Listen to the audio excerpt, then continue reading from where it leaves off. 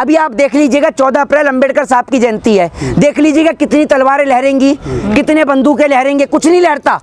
लोगों के हाथ में किताबें दिखेंगी संविधान की, सब इंटेलेक्चुअल्स लोग चलेंगे। तो हम आपसे यही कहना चाहते हैं, रामनवमी का पर्व है, हनुमान जयंती की शोभा यात्रा है, उसको शोभा यात्रा को शोभा रहने दीजिए, उसकी शोभा बनी रहने दीजिए। हिंदुस्तान में रहना है तो संविधान कहना होगा आपको, कोई हिंदू राष्ट्र नहीं चलेगा। भारत में रहना, पहली बात हिंदुस्तान नहीं भारत बोलो उसको, भारत में रहना है तो आपको मैं बता दूं, ना तो आपको जय श्री राम कहना पड़ेगा ना जय हनुमान कहना पड़ेगा। भारत में रहना है तो जय संविधान कहना होगा, क्योंकि आप जय श्री राम का नारा लगाते हैं, अल्लाह अकबर का लगाते हैं, तो सबसे पहले आपको उसका नारा लगाना चाहिए जो आपको ये नारा लगाने की परमिशन देता है, यानी भारत देश का संविधान। ना हमारे धर्म में ये लिखा कि मुसलमान का गला काट दो, ना ही मुसलमान के धर्म में ये लिखा कि हिंदू का गला काट दो। अरे हम तो भाई हैं। अभी 14 अप्रैल को बाबा साहब भीमराव अंबेडकर की जयंती भी आ रही है। कुछ लोग अंबेडकर की जयंती पर भी बवाल खड़ा करेंगे, कुछ लोग कहते हैं कि भैया अंबेडकर जयंती ना मने ना बने। बहुत से लोग ये पागल हैं, इनका मानसिक संतुलन खराब है, तो इन लोगों को तो कोई तवज्जो देनी नहीं चाहिए। एक बात आप मुझे बताइए, ये लोग जो मस्जिदों के बाहर झंडे लहराते हैं, भगवा झंडे लहराते हैं, ये साबित क्या करना चाहते हैं? आप अपनी ताकत दिखाना चाहते हैं मस्जिद के बाहर झंडा लहराकर? क्या दिखाना चाहते हैं? अरे आपको झंडे लहराने का इतना शौक है तो जाइए पाकिस्तान के बॉर्डर पर और देश का तिरंगा लहराइए। क्या जरूरत है हिंदुस्तान की मस्जिदों के बाहर भगवा लहराने की? ये तो हमारे भाई हैं, ये तो हमारे भाई हैं। हिंदू मुस्लिम सिख ईसाई हम तो भाई हैं। हम आपस में भाई अगर एक दूसरे के जो धार्मिक स्थल है उनके बाहर झंडा लहराएंगे तो हम तो आपसी स्वार्थ को खराब करने का काम कर रहे हैं।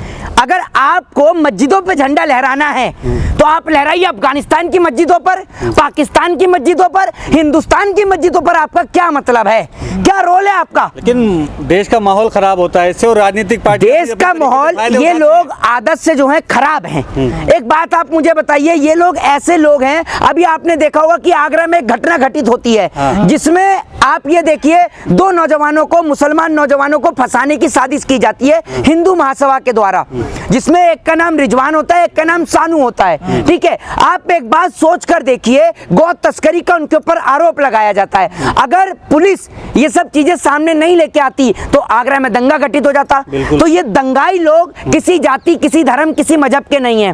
कच्चा फटा पड़ा है, पैंट फटी पड़ी है, हाथ में झंडा लेके लहरा रहे हैं, भगवा भगवा। अबे तुम्हें संविधान की जानकारी तुम्हें नहीं है, तुम्हें देश की इकोनॉमी की जानकारी नहीं है, तुम्हें जीडीपी की जानकारी नहीं है। देश बेरोजगारी से जूझ रहा है, किसान जो है वो आत्महत्या कर रहा है, जवान सरहद पे शहीद हो रहा है, उसके बारे में तुम सोच नहीं रहे हो। और तुम्हें इतने शौक हैं झंडे लहराने के भगवा, तो एक काम करो ना, अपने विश्व हिंदू परिषद को, बजरंग दल को और आरएसएस वाले तीनों जरा मिलके चले जाएं अरुणाचल प्रदेश। अरुणाचल प्रदेश पर चाइना ने 11 जगहों के नाम बदल दिए हैं। फिर मैं देखूंगा आपके पास कितनी ताकत है। आप यहाँ के मुसलमानों के ऊपर जो उनकी मस्जिदों पर झंडा लहराते हैं, क्या साबित करना चाहते हैं? आप एक बात मुझे बताइए, एक शोभा यात्रा निकली, हमारे इधर हनुमान जी की यात्रा निकलती है, हनुमान जयंती के अवसर पर मुसलमान भाई शरबत बांट रहे होते हैं, कुछ मुसलमान भाई फूल बरसा रहे होते हैं। तो मैं आपको एक बात बता दूं, 5 उंगलियां एक समान नहीं होती हैं और सभी हिंदू लोग एक समान नहीं होते हैं, ये भी मैं आपको बता दूं। ये तो कुछ दंगाई हैं जो रैली के अंदर घुसते हैं, चाहे रामनवमी का जुलूस हो, चाहे फिर वो आपका क्या कहते हैं इसका हनुमान जयंती का जुलूस हो। और अभी आप ये देख लीजिएगा, कुछ लोगों के में इतने बड़े बड़े कीड़े हैं, ये कीड़े जो है ना, ये सरकारी कीड़े हैं। ये सरकारी कीड़ा 500 रुपए में उत्पन्न होता है, 500 रुपए इनकी जेब में जाते हैं, बेरोजगार हैं, काम धंधा इनके पास है नहीं भैया, ये बेरोजगारी वाले कीड़े हैं। इनकी जेब में 500 का नोट सरकार डालती है, उसके बाद ये कीड़े कोई मस्जिद के बाहर झंडा लहरा रहा है, कोई मस्जिद के गुंबद पे चढ़ने की कोशिश करता है और कोई मस्जिद के बाहर जय श्री राम चिल्लाता है। केवल जय श्री राम नहीं चिल्ला रहे हैं, मदरसा जला दिया बिहार में और वहाँ पे धार्मिक किताब भी जली हैं। वो एक बात आप मुझे बताइए, आपने मदरसे को जलाकर क्या कर लिया? 1400 साल से इस्लाम के ऊपर अत्याचार होता आ रहा है। इस्लाम तब नहीं मिटा तो अब कहां से मिटेगा? और मिटेगा भी क्यों? मिटेगा भी क्यों? India is a democratic country, Bharat एक लोकतांत्रिक देश है, भारत एक धर्मनिरपेक्ष देश है, जहां पर हिंदू मुस्लिम सिख ईसाई सब बात में है। पहले बाबा साहब भीमराव अंबेडकर के संविधान के नाते हम सब लोग भारतीय हैं। अभी 14 अप्रैल को बाबा साहब भीमराव अंबेडकर की जयंती भी आ रही है। कुछ लोग अंबेडकर की जयंती जयंती पर भी बवाल खड़ा करेंगे। कुछ लोग कहते हैं कि भैया अंबेडकर जयंती ना बने। बहुत से लोग ये पागल हैं, इनका मानसिक संतुलन खराब है, तो इन लोगों को तो कोई तवज्जो देनी नहीं चाहिए। बात रही बिहार शरीफ की, तो हम लोग खुद, मैं आपको बता दूं, मैं भारतीय भी हूं और बड़ी दुखद होती है इस बात को देखते हुए कि वो लोग जो दंगा करते हैं, कोई भगवा गमछा डाले रहता है, कोई माथे पर तिलक लगाए होता है, फिर भी हम सभी की तरफ से माफ़ी मांगने का काम करते हैं कि ये जो बहुत घटना है, ये एक दुखद घटना है। इस घटना से हमारे दिल को भी, जी पत्थर कहाँ से आते हैं वो भी तो देखिए। ये मैं आपको क्या बता रहा हूँ, पत्थरे भी आते हैं, कंच की बोतलें भी आती हैं। जब जेब में 500 का नोट आता है तो कंच की बोतलें और पत्थरों का इंतजाम तो पहले ही रहता है। ये बात आप सोच लीजिए।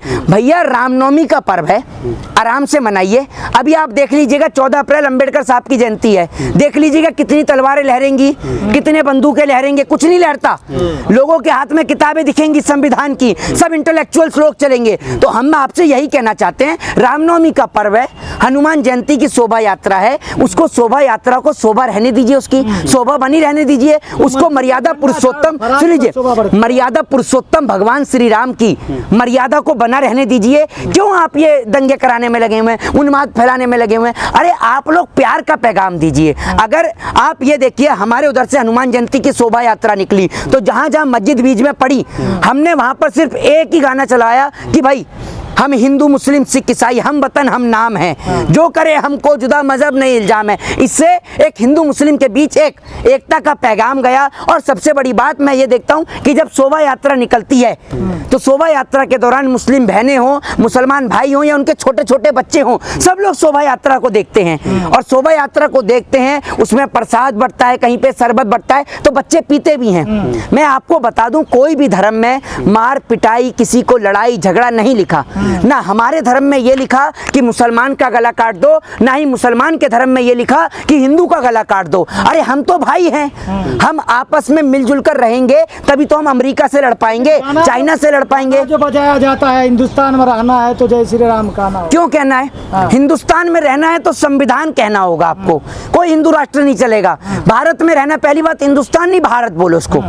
भारत में रहना है तो आपको मैं बता दूं, ना तो आपको जय श्री राम कहना पड़ेगा ना जय हनुमान कहना पड़ेगा। भारत में रहना है तो जय संविधान कहना होगा, क्योंकि आप जय श्री राम का नारा लगाते हैं, अल्लाहू अकबर का लगाते हैं, तो सबसे पहले आपको उसका नारा लगाना चाहिए जो आपको ये नारा लगाने की परमिशन देता है, यानी भारत देश का संविधान, इंडियन कॉन्स्टिट्यूशन, जो आपको राइट देता है डेमोक्रेसी के अंदर धर्मनिरपेक्षता का, अपने धर्म को मानने का। तो आप संविधान के जयकारे लगाइए, संविधान के नारे लगाइए। मोदी जी, सवाल ये है कि जो झंडा, धार्मिक झंडा मंदिरों पे लहराना चाहिए, वो मस्जिदों पे क्यों?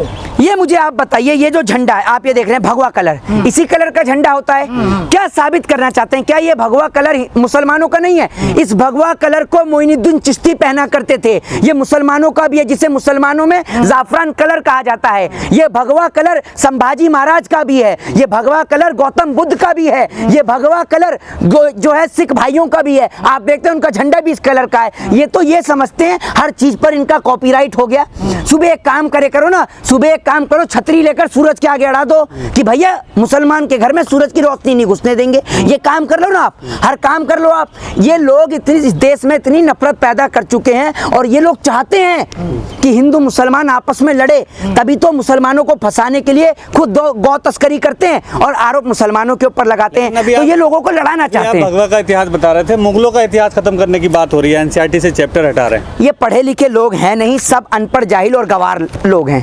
1398 बहुत इंटरेस्टिंग साल है भारत देश का। Taimur entered in India, Taimur Bharat देश के अंदर आता है, आकर पूरे भारत देश को लूट कर चला जाता है। ये जाहिलियत भरे लोग हैं, इन्होंने ये सब चीज पढ़ी भी नहीं होगी। मैं इन्हें पढ़ा देता हूँ, जाहिल लोग हैं, क्योंकि बहुत सारे लोग मैं देखता हूँ वो सोशल मीडिया पे हिंदू मुसलमान करने लगते हैं, पढ़े लिखे हैं नहीं, पता कुछ है नहीं। तो इंटेलेक्चुअल चीजें बताइए जो आपको इंटेलेक्चुअल ऑडियंस भी देखे।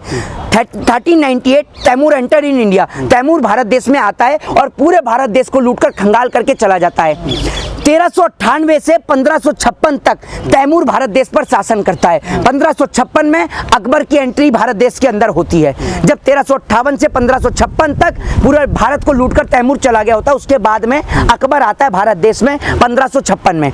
आपने देखा औरंगजेब रोड का नाम बदल दिया, बाबर रोड का नाम बदल दिया, अलीगढ़ का नाम हरिगढ़ कर दिया, इलाहाबाद का प्रयागराज कर दिया, लेकिन अकबर का नाम नहीं बदला है, नहीं बदल सकती सरकार। 1556 में अकबर आता है भारत देश के अंदर और भारत देश के अंदर आकर वो भारत देश को वापस से बसाने का काम करता है। 1556 से लेकर मैं आपको बता दूं कि वो 16वीं शताब्दी तक जो है पूरे भारत को स्टैब्लिश करने का काम करता है और उसके बाद में पूरे भारत को बसाता है। तो अकबर ने इस देश को लूटा नहीं, भारत देश को बसाया है। उसके बाद में मैं आपको बता दूं आज तक मुगलों की रेवेन्यू पॉलिसी को इस देश की सरकार अपनाती है। क्या है सिविल सर्विस की परीक्षा, जो मनसबदारी सिस्टम है वही सिविल सर्विसेज की परीक्षा है, ठीक है। तो गवर्नमेंट जिन मुगलों की बात करती है, तो एक बात मुझे बताइए, औरंगजेब से लड़ाई महाराणा प्रताप ने किससे लड़ाई लड़ी? औरंगजेब को छोड़िए, महाराणा प्रताप ने किससे लड़ाई लड़ी? नरेंद्र मोदी से लड़ी या दिल्ली के मुख्यमंत्री अरविंद केजरीवाल से लड़ी? ये जो फेसबुक और व्हाट्सएपिया नेता है ना, इनको कुछ पता है नहीं। सुबह सुबह बाथरूम में नहीं, ये बाथरूम में लेकर घुस जाते हैं। तो एक बात मुझे बताइए, ये कुतुब मीनार क्या अमित शाह ने बनाई है? कुतुब मीनार कुतुबुद्दीन ऐबक और इल्तुतमिश ने नहीं बनाई। शाहजहां किसने बनाया है? शाहजहां नरेंद्र मोदी ने बनवाया है। किसकी याद में बनवा दिया नरेंद्र मोदी जी ने? बता दीजिए ताजमहल है। ये भैया ऐसे लोग हैं। इतिहास खत्म होगा मोहित जी, तो क्या तो राजपूत का भी तो इतिहास जुड़ा हुआ सा? ये अकबर का ये लोगों को ना सिर्फ लोगों को एक गुमराह करने की कोशिश है। एक और तो मुगलों से और मुसलमानों से इतनी नफरत। आपकी पार्टी के जो नेता हैं उनके बारे में आप क्या कहोगे? शाहनवाज हुसैन मुसलमान नहीं है, मुख्तार अब्बास नकवी मुसलमान नहीं है, अशोक सिंघल के दामाद मुसलमान नहीं है। मतलब कहने का मतलब ये है, वोट के लिए तो गधे को भी बाप बना सकते हैं, ये इनकी राजनीति है। तो मैं आपको बता दूं कि जो लोग इस देश में आपसी भाईचारे और प्रेम को समाप्त करना चाहते हैं, उनकी मंशा कभी कामयाब नहीं होगी। जय हिंद, जय भारत, वंदे मातरम।